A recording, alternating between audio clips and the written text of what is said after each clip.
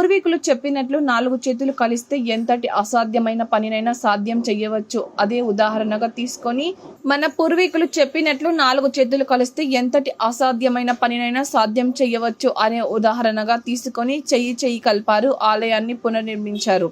హన్మకొండ జిల్లా ఆత్మకూరు మండల కేంద్రంలోని కాకతీయుల కాలం నాటి పంచముఖ శివాలయం శిథిల వ్యవస్థకు చేరడంతో గ్రామంలోని కొందరు ఒక కమిటీగా ఏర్పడి పునర్నిర్మించాలని దృఢమైన సంకల్పంతో ముందుకు వెళ్లారు.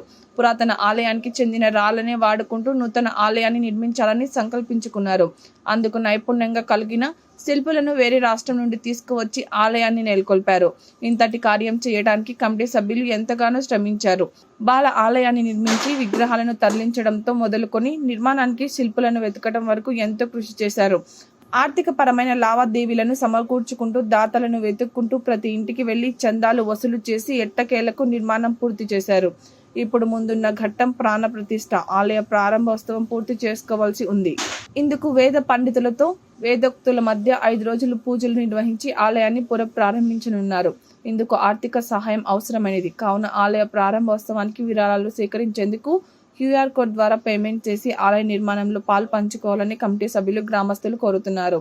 ఇంతటి మహాకార్యం చేసిన దేశాయి ఆత్మకూరు గ్రామస్తులు ఉమ్మడి వరంగల్ జిల్లాలోనే ఆదర్శంగా నిలిచారు.